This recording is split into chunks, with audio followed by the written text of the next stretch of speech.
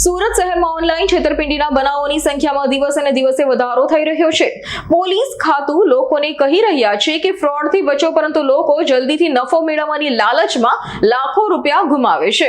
ત્યારે સુરત સાયબર ક્રાઇમને જાણવા જોગ ફરિયાદને આધારે ઉત્તરાયણ ખાતેના પ્રગતિ આઈટી પાર્ક પાસે આવેલ ઇનોવેટિવ ટ્રેડની ઓફિસમાં રેડ કરતા ગુનાહિત પ્રવૃત્તિ જણાઈ આવી હતી, જેના આધારે તેનો રેલો રાજકોટ સુધી પહોંચ્યો હતો। ત્યાં પણ તપાસ કરતા મલ્ટીલેવલ માર્કેટિંગ સ્કીમમાં રોકાણ કરાવી લોકોને લોભ લાલચ આપી લાખો રૂપિયાની છેતરપિંડી કરાતી હતી। તે ધ્યાને આવતા જ પોલીસે ગુનો નોંધી સૌરાષ્ટ્રના જામનગર પાસેના ખંભાળિયા ખાતે રહેતા અને મુખ્ય સૂત્રધાર એવા અજય ઉર્ફે ગોપાલ રાજેશ ભિંડીની અટકાયત કરી હતી। અગાઉ આ કેસમાં 3ની ધરપકડ થઈ ચૂકી છે, જેમાં ભારતભરના 23 રાજ્યોમાં આ લોકો સામે 171 જેટલી ફરિયાદ દાખલ કરાઈ છે।